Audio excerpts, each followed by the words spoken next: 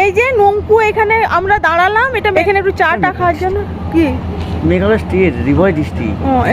Good morning, কেমন আছেন সবাই? সকলকে স্বাগত জানিয়ে আমি সুরভি শনিবারের সকালবেলায় হাজির হয়ে গেলাম নতুন একটা ব্লগের সাথে। ঘড়ির কাঁটা এখন 4:30 বাজে। এই যে দেখেছেন এইসব প্যাকিং হচ্ছে, যে শসা, আপেল, কলা, মিষ্টি, এখানে সব দুনিয়ার ব্রেড সেট খাবার সাবার নিয়েছি। এই যেখানে বিস্কিট নেবো, গরম জল সব ভর্তি করছি। আজকে এক জায়গায় বেরাচ্ছি, ঘুরতে বেরাবো, সেই কারণে এই যে সমস্ত কিছু প্যাকিং করে নিচ্ছি। ব্রেকফাস্টে এসব ফল, শসা, ব্রেড এসব খাওয়ার জন্য, কারণ গাড়ি থেকে নামার টাইম হবে না। আর এত সকাল তো আপনার ব্রেকফাস্ট করতেও পারবো না, 6টার সময় বেরাবো, সেই কারণে তাড়াহুড়ো করছি। চলুন আগে সব এগুলো প্যাকিং করে নিই, তারপরে সুন্দর একটা ব্লগ দেখতে থাকুন, মানে আপনাদেরও ভালোই লাগবে। এখন ঘড়ির কাঁটা 6:15 মতো, সকলে মিলে রেডি হয়ে বেরিয়ে পড়েছি।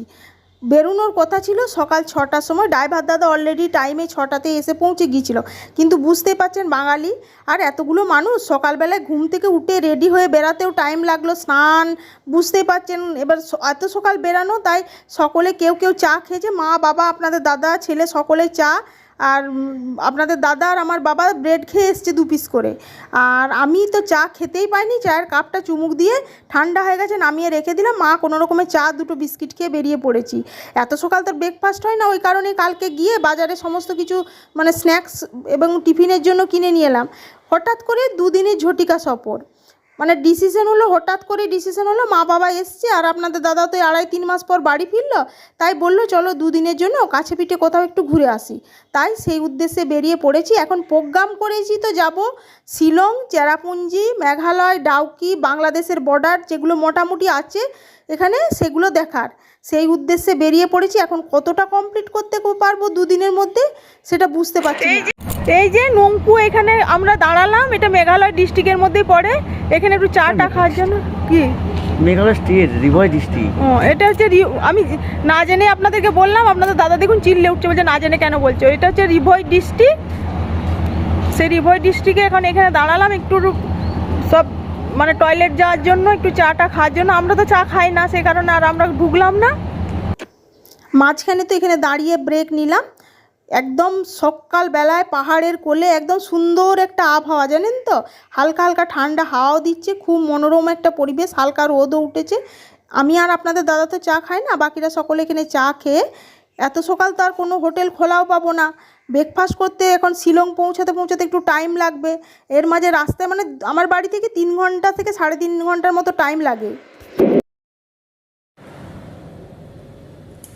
এখন খাবার সার্ভ করছি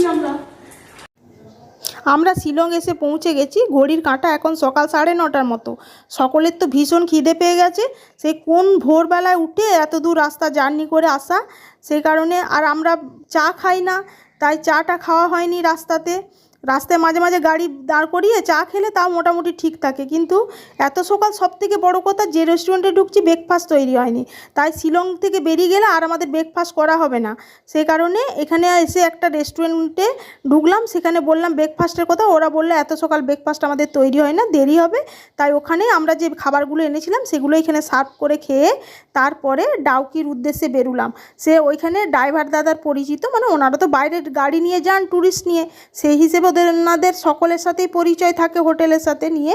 উনি বললেন যে চিন্তা করার কোনো কারণ নেই দিদি, এই রেস্টুরেন্টটাতেই আপনারা গাড়িতে বসে কোথায় ব্রেকফাস্ট করবেন, এই রেস্টুরেন্টে চলুন, চা খাই আমরা আর এখানে বসে ব্রেকফাস্টটা করে নিই। আমরা হ্যাঁ, আমরা তো সাথে করে খাবার এনেছি। ওখানে ব্রেকফাস্ট করে আমরা এখন চলে এসেছি ডাউকির এই যে বাংলাদেশের বর্ডার যেটা, সেখানে। এখানের ভিডিও পরের ব্লগে আসছে, আপনারা দেখতে থাকুন। আজ তাহলে এটুকুই, ধন্যবাদ।